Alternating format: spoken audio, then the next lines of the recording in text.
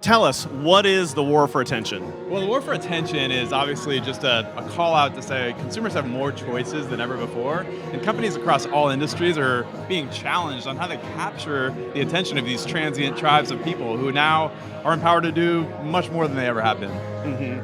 So what are the four components of attention in that war? Yeah, what's really, really interesting, like we all walk around with these smartphones today. In the future, it might be virtual reality headsets or some other hardware devices. And if you think about the moment of attention, when someone is actually captivated by something, there's four things coming together. One is the device, right? Second of all is the broadband that's being carried, behind the scenes.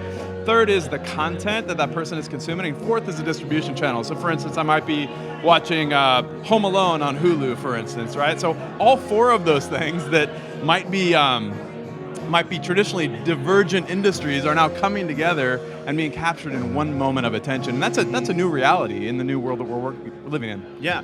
So are you starting to see what companies are embracing that and how are they transforming? Earlier we were talking about Amazon. I think a lot of people think of Amazon as a retailer, right? But in reality, they're more than that. Absolutely. I mean, there is this war for attention, but then the question is, once you have the attention, what do you do with it, right? And I think that's where we begin to see lots of interesting business models. If you go and look at media for a moment, traditional media players either charged per a movie or a TV, or they maybe charge a subscription, as we're seeing with Netflix and Hulu. But Amazon's playing a totally different game. They're saying, listen, I've got this attention, I've got this value to add to these consumers, but instead of monetizing it directly, I'm going to embed that in a broader service and a broader subscription, like Amazon Prime, for instance. And so they're basically taking that attention, converting it to data and intelligence, and monetizing it in a whole different indirect way. Yeah, that's really amazing. So once you get attention, and then you have to work really hard to keep attention. You've got to build these other channels, this other content. Absolutely. How do you think about keeping it and monetizing it? Yeah, I mean, one company that comes to mind that has been doing this really, really well for a long time is Disney. Yeah. Right? I mean, they've got the theme parks, they've got the products, they've got all the media assets, right? And they are orchestrating all of those different parts in this ecosystem that create value across lots of different touch points. There's a reason why all the high growth D2C brands are now looking to expand their distribution into retail channels, right? It's not that there's one answer or an either or. It's actually about this convergence of different models of how do we create an amazing experience for these consumers who have more choices than they have ever before. Yeah, so tell me more about that convergence, because I think that's really important. Yeah. It's not just enough to make a product or to have a store anymore. Tell me about what you're seeing with the convergence of retail and consumer goods companies. Well, I think it's interesting that, some people in the audience are probably going, well, I'm not Disney. I don't have those assets. Well, let me tell you about have you ever heard of Three Squirrels? No. No, okay. So Three Squirrels is easy for me to say. It's a 7-year-old Chinese startup that started off making snacks, peanuts. They've grown into a $2 billion brand, and they're about to actually create their own theme park. What they've done, right, starting with something of value for consumers in context, which is a healthy snack in China, which is a growing market, is they began to create lots of different touch points, first with the product, then with their own stores, and now with a theme park that's built around their core values, right? And so I think it's the intersection of all of these channels and dimensions to keep and capture that attention of these consumers that's important, and that's what we're seeing today. Yeah, super exciting.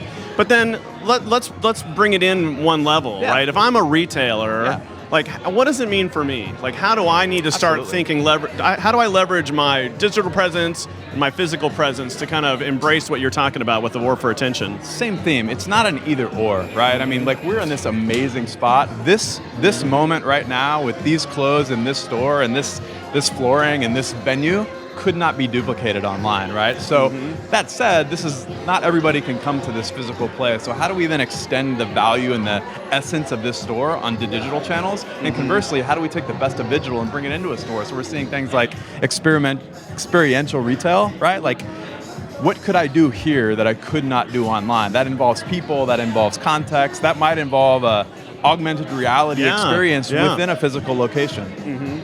I think you had a great example about Taobao and how they're kind of connecting between the physical and digital. Do you want to unpack that a little bit? Along the theme of convergence, in North America, we think of social media and shopping and media as three totally different experiences. Taobao has converged all of those, where They've got influencers basically who are recommending different products, recommending different stylists, and they're capturing the attention of folks like them that are interested in what they're talking about. And the way they monetize that attention is a couple of different ways. Number one, they've got relationships with all of the brands and products that they're working with, so they're able to sell and resell to their audience that's tuning into their media streaming channel.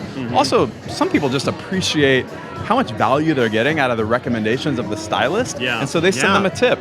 And so they're making money both of these ways. So again, like from the large organizations to the small, we have unlimited ability to create an amazing experience and monetize it in more ways than we ever have before. And so for the retailer, coming back to your question, how do we create differentiation in a physical place primarily, in conjunction with our digital channels that a consumer could not get anywhere else? Yeah. So, we've heard a lot of things in the industry over the last couple of years. It's a retail apocalypse, the store is dead. What then does it mean to have this physical asset and these really highly trained people within it?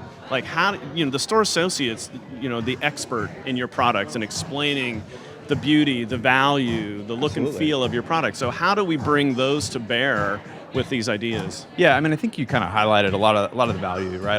There's a simple and probably incomplete answer, which is like have the human do everything that technology can't. Right? And as far and as fast as technology is moving us, they still can't do this. They still can't connect. I can't pick up on the number of variables and factors that influence your decisions, right? They can't duplicate what we have here today, right? So I think, how do I create a unique experience that I could not do online, or that I'm insulating myself? One is proximity, right? But in addition to proximity, right, how do I carry only the products that people need to see and touch, and how do I augment that with a deep human experience where the person is connecting with me in a way that only humans can do?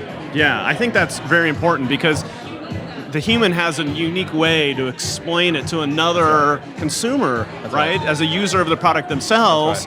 And certainly, we're starting to see this trend of, do I take advantage of my store associates when they maybe have downtime and allow them to get online through live chat or video chat to connect with my shoppers, to bridge the physical and the digital together. Absolutely.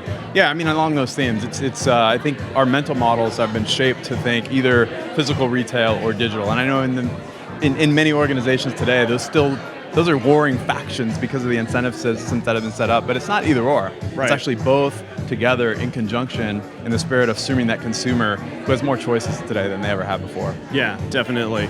All right, so we talked about what the WarforAttention is, how to get, keep, and monetize attention. That's right. How should brands think about putting this into practice? Right, you really, maybe it's a lot to take in, but are there a few simple steps with which we can start? I so wish it was just a few simple steps, right? Press the easy button and follow these 5 steps, and you'll be good. So in lieu of that, we've worked with our team, Office of Innovation, has worked with over 400 of our customers over the last several years, and we've detected some patterns, not just in retail, but across all industries. And actually, it starts a lot with the mindset. There's certainly a ton of value to say, how can we leverage technology to make our current business and operational model much better, faster, efficient, more profitable? Absolutely, that has value. We call that the renovate mindset. Let's go through here and let's just make this brand new again. On the other end of the spectrum, you see a lot of these startups, these high growth companies that have achieved multi-billion-dollar valuations in a short amount of time. They use what's called the Transcend Mindset, which is essentially, how do I orchestrate a bunch of value that exists within the ecosystem, and how do I create new value for customers in a brand new way? Such like the Amazon example, right? That had never really existed before in that manifestation. But really where most companies need to be today are in not one or the other, but actually in what we call the evolve mindset, which is really, how do I begin to put the customer at the center of my business? How do I orchestrate all that I have and align them around the customer? Because doing that, I think, sounds simple, and everybody would say, yeah, we do that. But I think for most retailers and even many of the manufacturers, they've traditionally been oriented around the product. And I think that simple shift of understanding what that consumer is, who they are, what they're trying to do, and being really, really intentional about orchestrating highly relevant products, services, and experiences for them in ever narrower sets of contexts, that's where we see those that are doing really, really well thriving.